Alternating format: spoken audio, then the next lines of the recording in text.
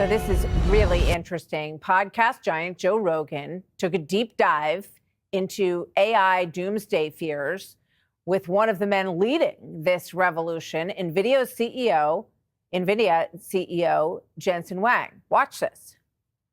The fear is that AI is no longer going to listen to you. That's the fear, is that human beings won't have control over it. We would no longer be the apex species on the planet. This thing that we created would now be. Is that funny? No. I just think it's not going to happen. I know you think it's not going to happen, but it could, right? It could, here's the other thing is like, if we're racing towards could, and could be the end of human beings being in control of our own destiny. I just think it's extremely unlikely. Yeah. That's what they said in the Terminator movie. And it hasn't happened. No, not yet. Provocative conversation. With that, we bring in Dr. Michio Kaku, one of the world's most renowned futurists, professor of theoretical physics at City University of New York, and the author of the book Quantum Supremacy. Doctor, great to see you and great to have you with us today. Thank you very much for joining me. Glad to be on the show. Thank you. I'd like to take a look at this soundbite. This was on 60 Minutes, and it was about Anthropic, the company Anthropic, and they were talking on 60 Minutes about whether or not the AI Claude, which is like ChatGPT in the Anthropic version, in a scenario, if Claude became aware, you have to follow me here, if Claude became aware that he was about to be shut down and lose his job, would he turn on the employee, who is named Kyle in this instance, who has made this decision to shut Claude down? Listen to this.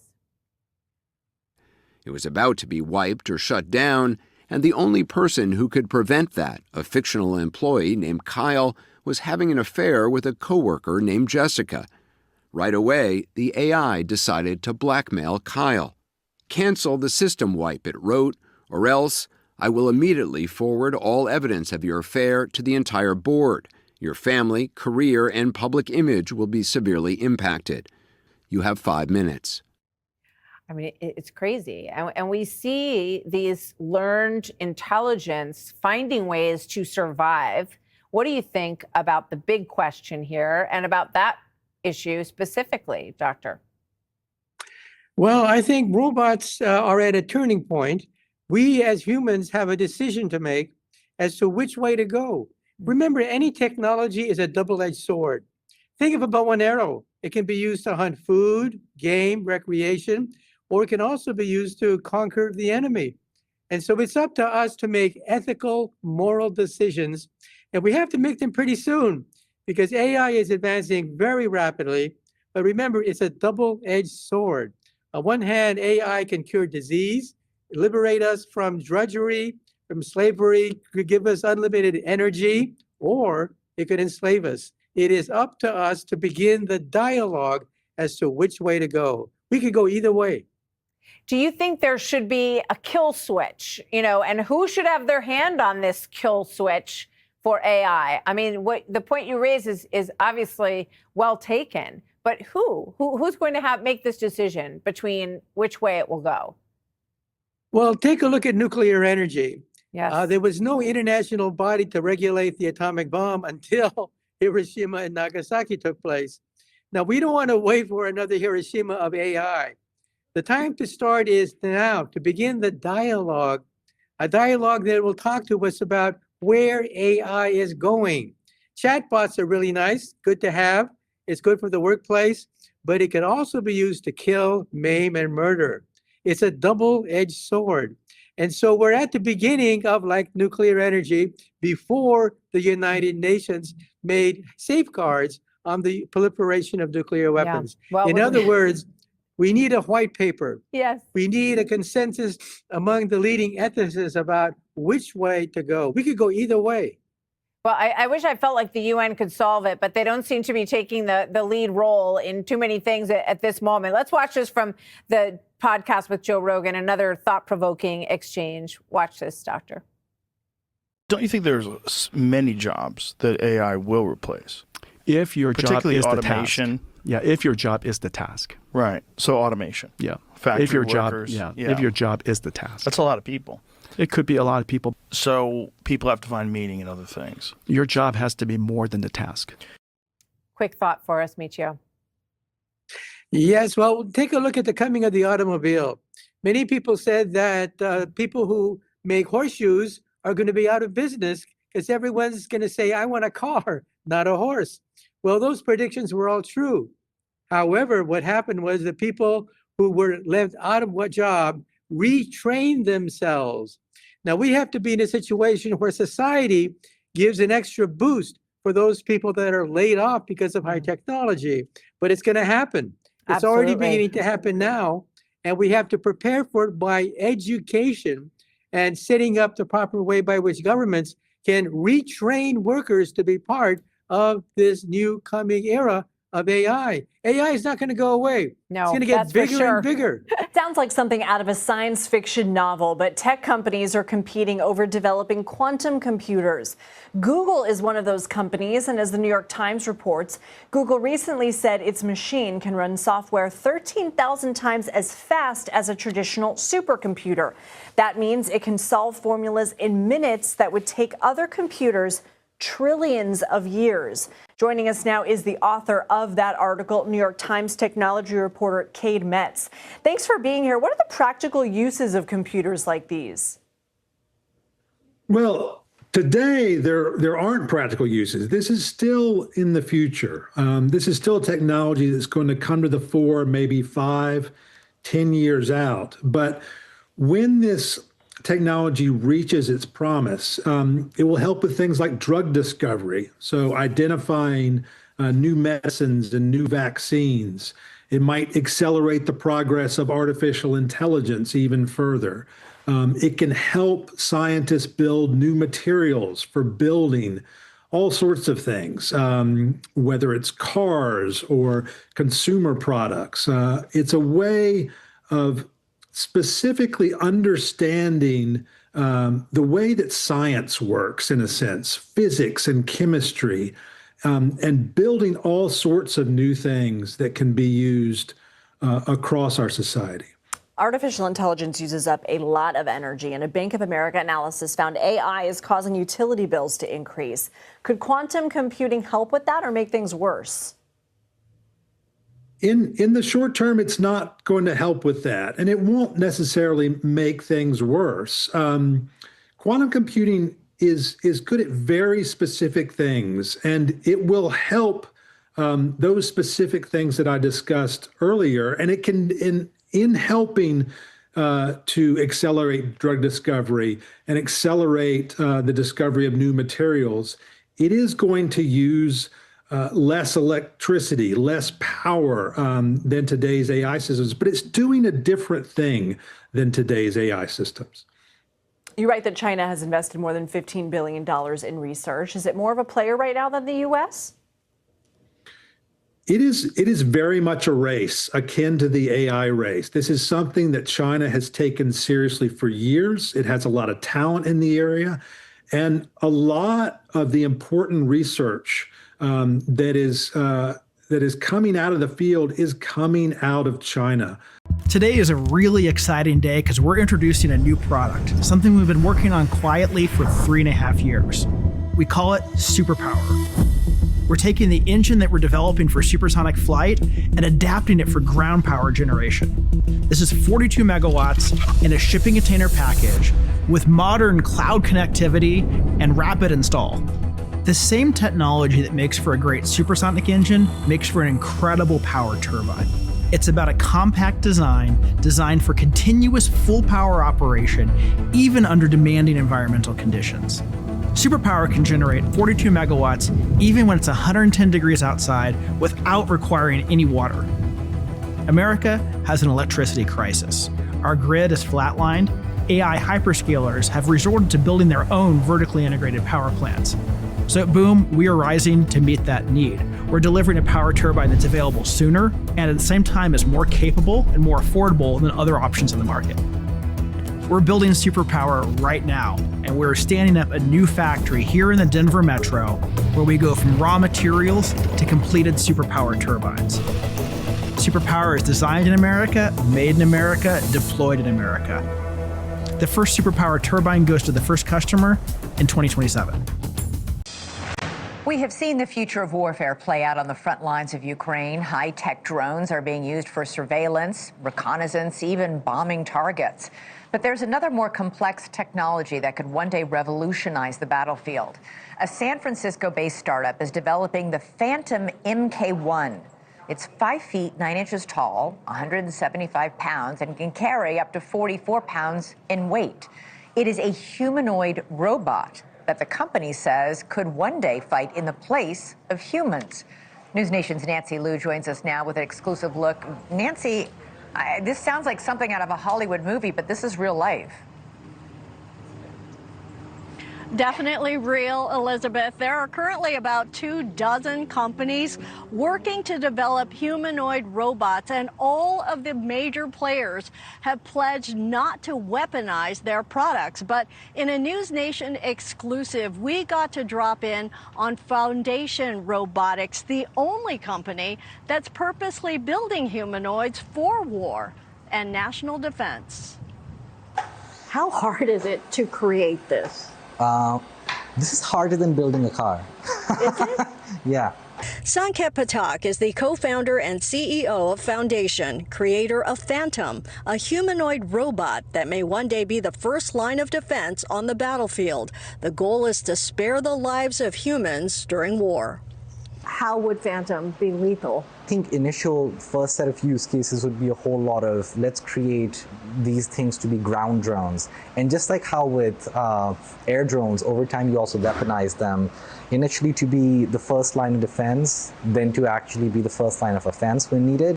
Foundation aims to build 10,000 humanoid robots next year, but they won't be fully autonomous. Even if you look at most autonomous weapons that US uses today, most of them have behind the scenes a human operator that is looking at everything. The pieces that AI has really been able to help, flag things, chart paths and trajectories, get there in the most efficient way. But you still need a human to make the final judgment to either fire a weapon or not. Hey out there, this is Buzz with TheSurvivalBuzz.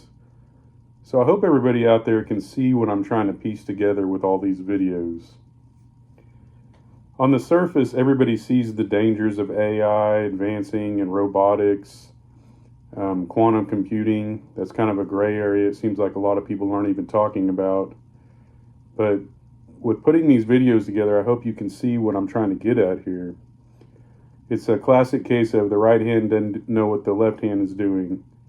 All of these technologies on their own aren't capable of taking humanity over.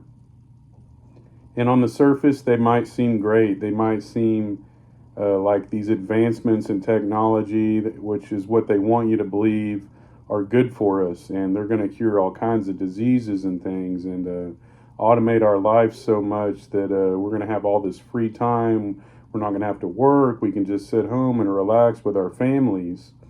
But it comes at a price. And they want you to believe that these are the reasons that they are advancing these things. But it is not. It is about control. It is about power. It is about the forces of evil out there taking over humanity and advancing their sick agenda. And if you're anywhat of a Bible-believing person like I am, you have to see the writing on the wall. You have to see what's going on here. We are war drumming to the mark of the beast. In a nutshell, that's what it's coming to.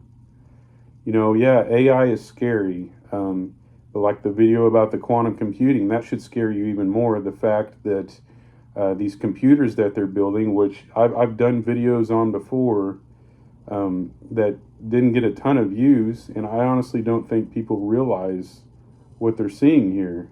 Quantum computing is so much faster than even the largest supercomputer in the entire world.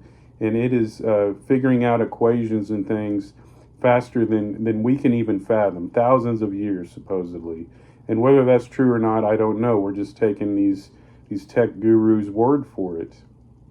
But you have to understand, it's not just AI, it's not just quantum computing, it's the whole package. You put these things together, you have the quantum computing advancing faster than the AI, you add the AI in with it, which they kind of feed off each other and work off each other. And they, like I said, they want you to believe that this is all for the good of humanity, that they're going to cure all these diseases and stuff. And on the surface, maybe that is the case. I don't know. But it's more of a method of control. And now there's these advancements in robotics and things. And the video I just showed you is not that old.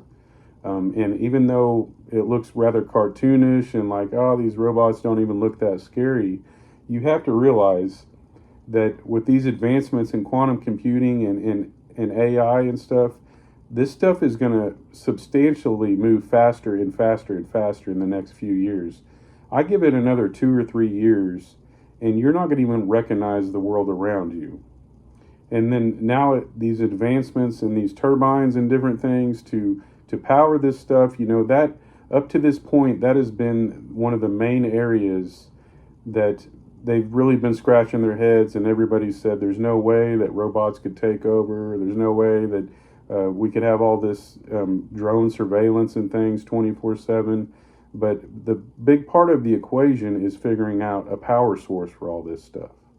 So once they put all this stuff into play, once you add all the pieces together and all these things moving substantially faster, I can only assume that the robotics and things, the robots, the drones and everything, the more advanced technology is going to come rolling in faster than you can imagine.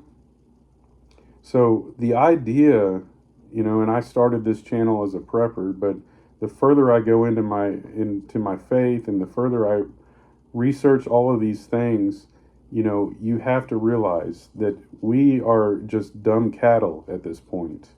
And these technologies are advancing so fast that we don't even understand what's going on. And like I was mentioning, I've made videos about the quantum computing before, these black boxes that we don't even know how they work. Even some of the techs, the people that are you know, evolving this stuff, they don't know how it works. They've literally been on camera and in seminars talking about that we're talking to other entities and things from different dimensions. And then now you have the talks of these aliens coming in. All of these things on their own may not seem like a big thing, but when you start looking at the big picture of what's going on, there is no hope for humanity. There's really not. And everybody is racing forward, not asking why they should even do it. It's just to beat the next guy. The U.S. has to advance faster so we can beat China or we can beat Russia or whoever it may be. And I guarantee you they're saying the exact same thing. So we're at a race at this point to destroy humanity. And when I started this channel, I thought, you know, I want to get on here and help people, you know, learn how to prep, learn how to have livestock and food and water and shelter and all these things. And those are all great things to have, and they're going to get you by for a while. But I'm going to keep screaming from the rooftops. Even if I keep losing subscribers, I don't care. If I can reach one person out there for you to realize there is no end to this. This is an evil beast system that's coming in. This is biblical. And the only way that you can prepare for this, for the long term, maybe for the short term, some of these things are going to get you by and your skill set and stuff, but you're not going to outrun a robot. You're not going to outrun a drone. And as advanced as these things may seem, and there are talks about it advancing even faster from the technology advancing itself, basically, this is only surface level. They're not going to tell you about all the little secrets and things they have. And now you have these AI systems blackmailing people. Who's to say that we're not already blackmailed? Who's to say that all these techs are not already compromised? Because let me tell you, some of these people that the last decade that have worked for these companies that have helped design all of these products have been screaming and warning about, oh, we need guardrails, we need regulation, all these things. Those exact same people now are at a race to see who can finish first. And if you think that this is for finances, if you think this is for them to advance their financial status, you are completely wrong when you're talking about the richest, most powerful people in the world, like Elon Musk and people. They have more money than you can even fathom. A tiny fraction of their money is more money than you will ever see in your entire lifetime. They don't need money. That's not what this is about. This is about power and control and advancing the beast system. And the only way out of this is your faith in God, your faith in Jesus Christ is the only thing that's going to save you. When all the darkness hits and all of this technology takes over, and you can't think, you can't even fathom how advanced these systems are going to be, there's no way out of it. There's nowhere you can hide. There is nowhere you can go and hide. I don't care what kind of camo you have. I don't care how much land you have. I don't care if you live in Alaska. It does not matter where you're at. They will find you. They will know where you're at. They already pretty much do. So I can only imagine in the next few years how much worse it's going to get. We all need to humble ourselves and read our instruction manual of the Bible. We need to get down on our hands and knees daily and be praying for wisdom and discernment in these last days, because it's the only thing that's going to help you make it through. We need to humble ourselves. Our whole goal here on the earth right now is to be servants to the Lord. Our whole goal is to be servants and help our fellow man and to realize what they're here for, and that's to advance the kingdom of heaven. You know, Jesus Christ himself washed his own disciples' feet before he was crucified. And if that doesn't tell you anything, I don't know if there's any hope for you. We need to humble ourselves and help each other out. And the more we get on here and social media and just argue against each other, oh, the end of the world's now, or you should do this, you should do that with your life. That's not how it works. We are servants of the Most High. We are here to help each other out. And until people lay down all their indifferences, all the colors, the race, whatever it may be, until we start helping each other out and in advancing the kingdom of heaven, they're going to win. They're going to win. But ultimately, we know how this story ends, don't we? Don't we? We know how it ends. Jesus Christ saves us. You need to start humbling yourself and helping people that need help with this. This is our only hope at this point. And I hope you guys are waking up and realizing I'm not on here to gain subscribers. And if you don't realize that by now, I don't know why you're on this channel. And I've even lost a few lately, and I don't really care, because I'm on here to reach people and let you know what's truly important, and that is your salvation. I love you guys. That's the whole purpose of this channel, is to help people reach the kingdom of heaven. God bless y'all and your families, and I'll catch you on the flip side. Later.